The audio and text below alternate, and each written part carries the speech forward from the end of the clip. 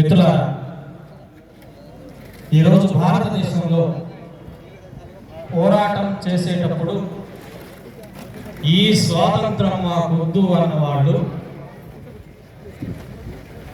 రాజ్యాంగాన్ని తయారు చేసిన తర్వాత నిన్నటి ఎలక్షన్లలో ఈ రాజ్యాంగాన్ని రద్దు చేస్తాము అని చెప్పి రాజ్యాంగము సాక్షిగా పార్లమెంటులోకి అడుగుపెట్టిన కొందరు మూకలు ఈ దేశాన్ని విడదీసి ఈ దేశ ప్రజల్లో ఉన్న మానవత్వాన్ని మలినం చేసి అది కులాలుగా, మతాలుగా, ప్రాంతాలుగా విడదీసి విభజించి వేరు చేసి ఈ దేశ ఔన్నత్యాన్ని, ఈ దేశ గౌరవాన్ని తీసుకుపోయి గంగలో కలపడానికి కృషి చేస్తున్నటువంటి పార్లమెంటేరియన్ల ముందు మనము ఈరోజు మన గురించి, మన నేల గురించి, మన జీవితం గురించి, మన భవిష్యత్తు గురించి, ఈ దేశ భవిష్యత్తు గురించి కూడా మాట్లాడుకోవాల్సినటువంటి సందర్భం వచ్చింది. మిత్రులారా, ఈ దేశంలో 20 కోట్ల మంది ఉర్దూ మాట్లాడుతుంటే ఉర్దూను రద్దు చేయమంటారు. 15 కోట్ల మంది జనాభా ఇంగ్లీష్ మాట్లాడుతూ ఉంటే ఇంగ్లీష్ రద్దు చేయమంటారు, ఇంగ్లీష్ మాకు వద్దంటారు. కానీ ఇద్దరు కూడా మాట్లాడుకొని సంస్కృతాన్ని యూనివర్సిటీలు కావాలంటారు. అది ఒక సబ్జెక్టుగా డిగ్రీ వరకు ఉండాలని అంటారు. ఎందుకోసం? ఇది ఎవరి కోసం? దీని వెనుక జరుగుతున్న కుట్ర ఏమిటో మనం అర్థం చేసుకోవాల్సినటువంటి అవసరం ఉంది. మిత్రులారా, నేను మీకు ఉదాహరణ చెప్తాను. నేను మొన్న ఉత్తరాఖండ్ వెళ్తే ఉత్తరాఖండ్ లో కబరస్థాన్ని కూడా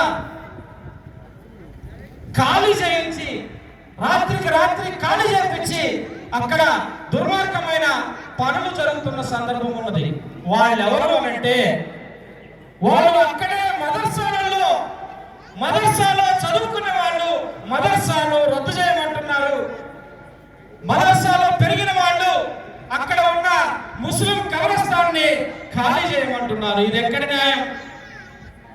ఇది ఎక్కడ న్యాయం? ఇది ఎవరి కోసం వచ్చిన న్యాయం? ఎవరు తీసుకొస్తున్నటువంటి న్యాయం అని మనం మాట్లాడుకోవాల్సినటువంటి అవసరం ఉన్నది. మిత్రులారా, నేనేమి తినాలో వాళ్ళు నిర్ణయిస్తూ ఉన్నారు. నేను ఎక్కడ నివసించాలో వాళ్ళు నిర్ణయిస్తూ ఉన్నారు. నేను ఎక్కడ జీవించాలో వాళ్ళు నిర్ణయిస్తూ ఉన్నారు. నేను ఏమి చదువుకోవాలో కూడా వాళ్ళే నిర్ణయిస్తూ ఉన్నారు.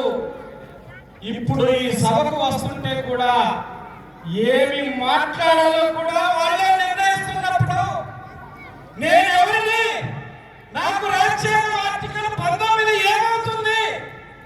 ఆర్టికల్ 19 నేను అనుభవించగలుగుతున్నాను అంటే స్వేచ్ఛగా అనుభవించలేకపోతున్నాను. నేనేమి కోల్పోతున్నాను? ఈ దేశంలో స్వాతంత్ర సమరయోధులు పోరాడి సాధించిన స్వేచ్ఛను మెజారిటీ ప్రజలు ఇక్కడ కోల్పోతున్నటువంటి సందర్భం ఉన్నది.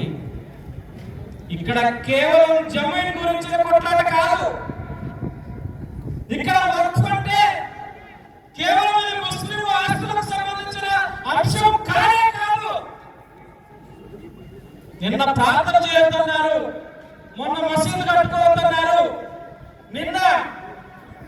నిన్న పార్లమెంట్కి రావద్దన్నారు. పార్లమెంటులో ఈరోజు ప్రజాస్వామ్యం బతుకుందా అంటే ఖచ్చితంగా అది బతకలేదు.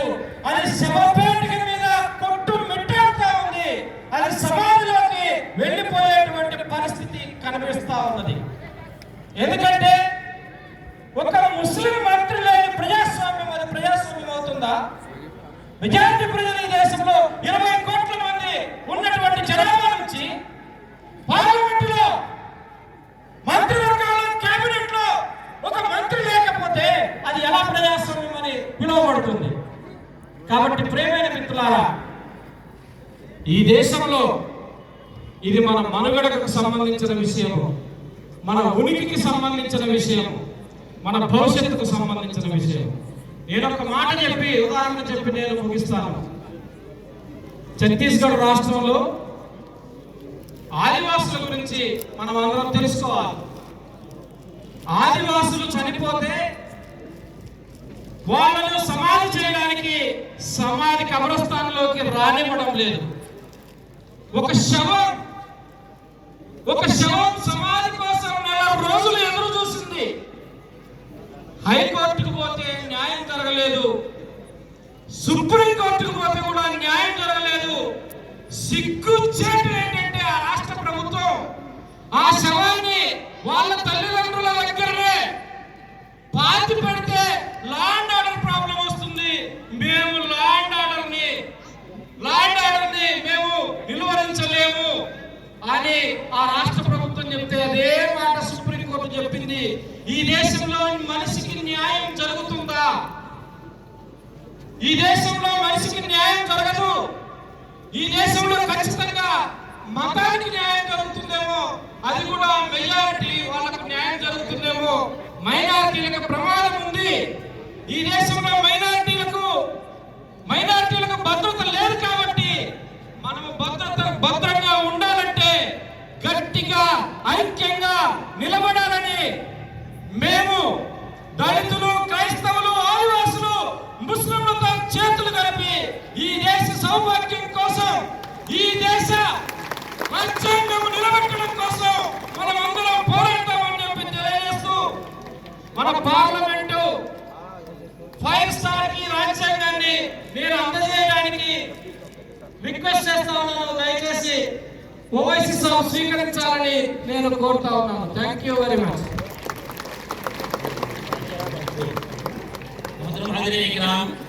आज के हमारे इस जलसे में जहाँ आप तमाम हैं, वहीं हमारी इज्जतदार खवातीन भी हमारे इस जलसे में मौजूद हैं।